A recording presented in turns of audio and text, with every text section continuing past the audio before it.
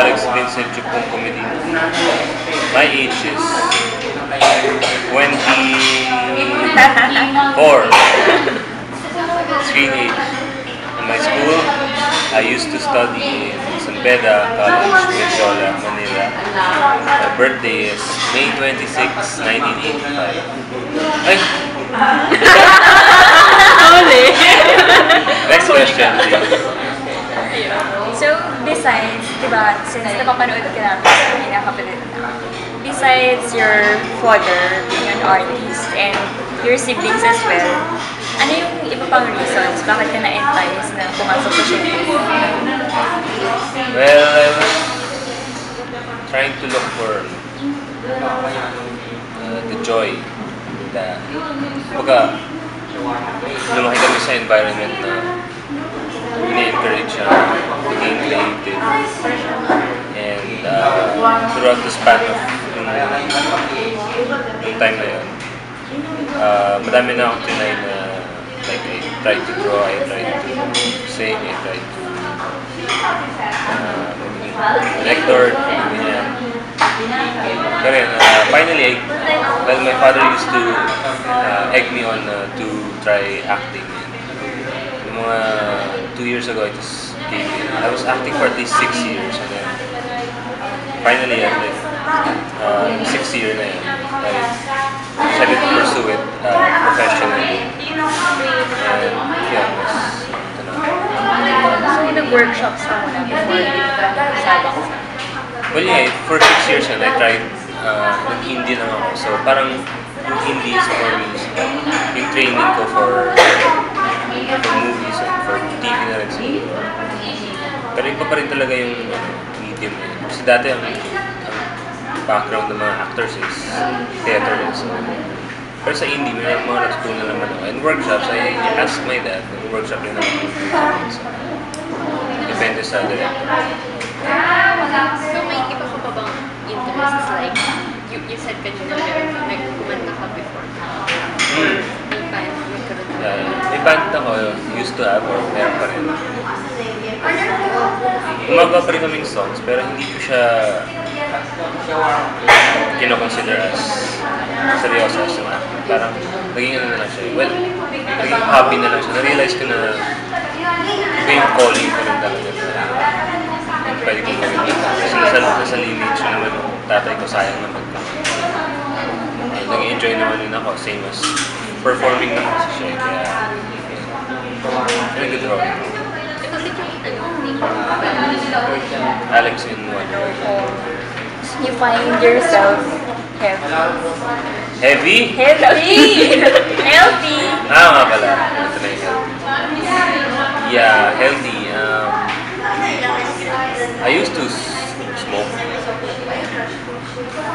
But then sa line of work na to, kuyatan, hindi siya bagay talaga kasi mandali ko nagkakasakit. It's tama lang na hindi ako nag-yosi.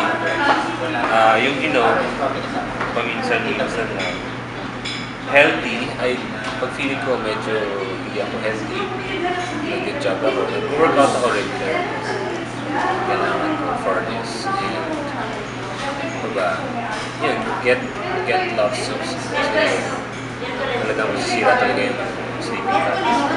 Ano yung definition mo talaga exactly of So, healthy being ako. healthy? Hindi ko yun yung pag in-tune yung mind mo sa body mo. Clear na clear talaga yung pag-iisip mo. Mga top of your game. Yun yung feel ko healthy na ako. Yun yung feeling ko. Ngayon okay lang.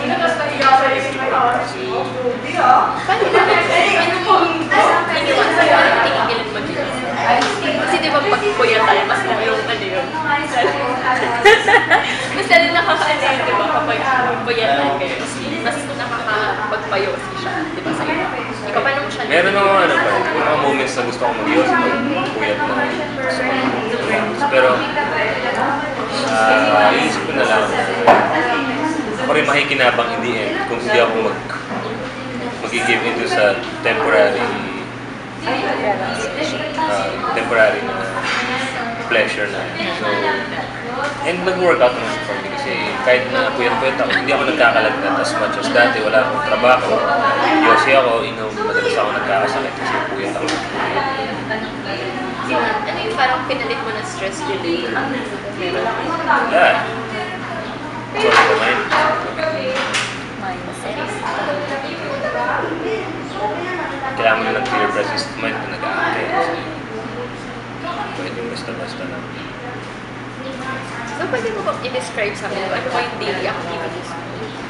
Like, paano mo pinag-juggle yung trabaho mo, tsaka yung leisure time mo, yung pag-workout mo?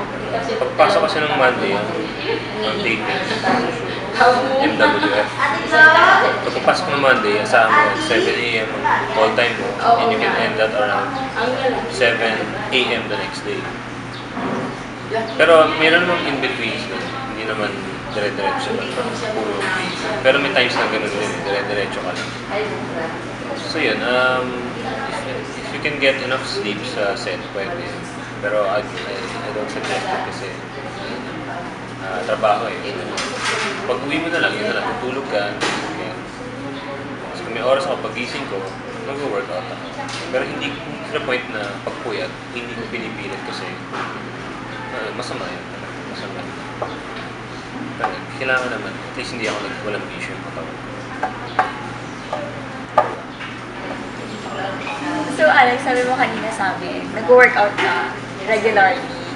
So, ibig sabihin every day. Anong klaseng workout ba yan? Yung bodybuilding ba? Or pang-tone lang ng muscle?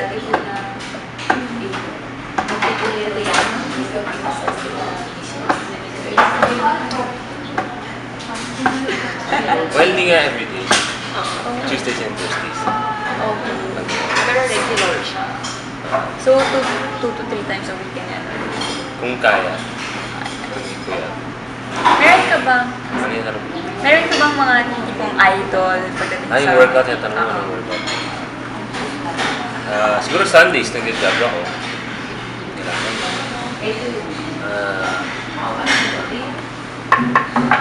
Yung tension, pang-tone mo. Push-ups, minsan-minsan. Sit-ups, beats lang, mga 30 minutes lang. Ayan, for the day. Tapos, stretching. Stretching lang, stretching. Idols pagdating sa workout. Having great Kung nilulook up, gusto ko ganyan ang katawan niya.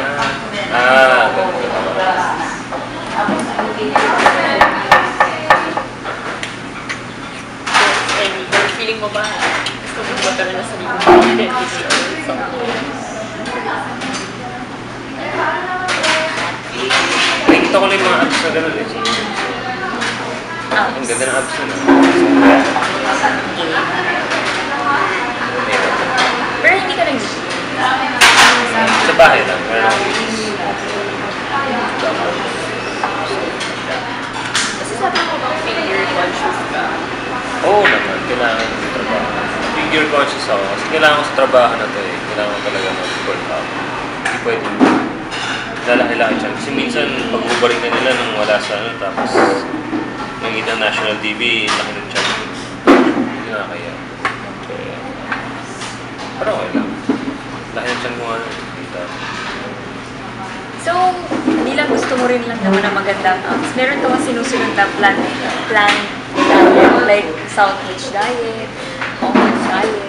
Well, ang sa akin kasi, ang believe ko kasi, ang hirap na matali ka sa diet kasi, alam mo yun, iniisip ka na trabaho, iniisip mo pa yung diet mo. Parang hindi enjoy. So, ang akin lang, parang ano ko lang sa sarili ko, kinakain ko lang kung ano yung applicable sa body type. Hindi ako malaking tao. Bayatan talaga ako. So, nag-avoid ako ng pork kasi first of all, yung pork, sa experience ko, para siyang nakakabagal ng Metabolism. ng katawan na pag-iisip, ganyan. As much as possible, karne talaga. Beef. vegetables kung meron. Vegetables. Sana maraming vegetables. Sana mas puro vegetables pa yung kinakain ng mga Pilipino. Kasi naging mga carrots, sayote, ano ba yun? Gusto ko yung mga malunggay. Fish, syempre, chicken. Naiiwas ako sa mga sugars, lalo na sugars. Hindi ako masyado sa sugars. Sweets, hindi masyado. Pati pag kumakain, may times naman nag-i-indulge ako. Naramdaman ko yun, malaki siya. Pero okay na yung konting sobra lang. Pag i-workout yun naman. Mayroon ka bang mga tayo na food or favorite na? Favorite ko na lang.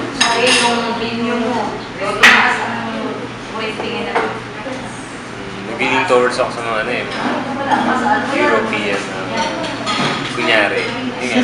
Kulay na cheese. Sa pasta. May try ako ito.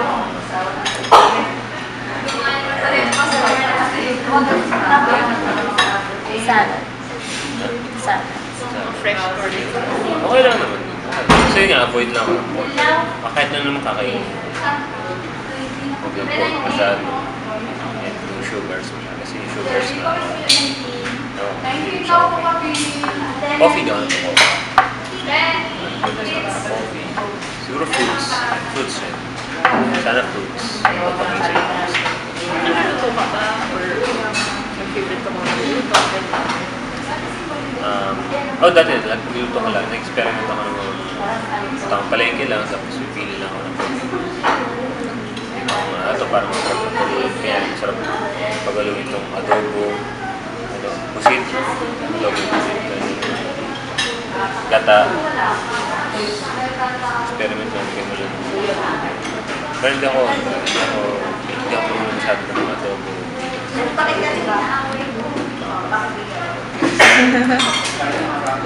Sana marunong ako. Pero basically mga ganun, parang mga local